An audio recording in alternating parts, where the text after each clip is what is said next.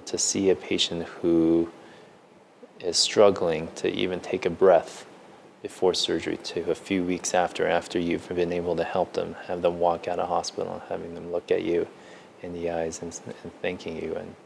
And there's no gratification like that. I'm married and we have a 2.5-year son, and he's just a bundle of joy most days. Most days. And I just love spending time with him and having fun with him. I'm an avid photographer. I love photography.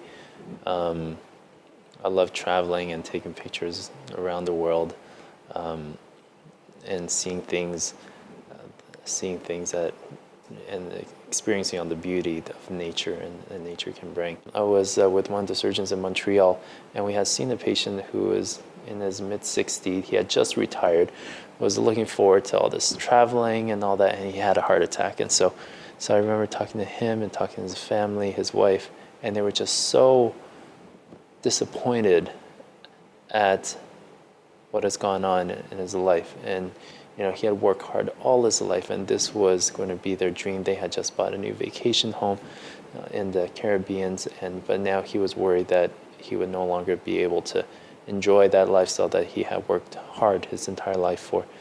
So we ended up operating on him that night, and it was the most fascinating thing I've ever experienced at the time, up to that point in my medical training. And the following day, he did very well. We got his breathing tube out, and we got him out of bed on the second day, and he ultimately went home about a week later. And I remember seeing him about 4 weeks later when he came back, and he had felt like $1 million.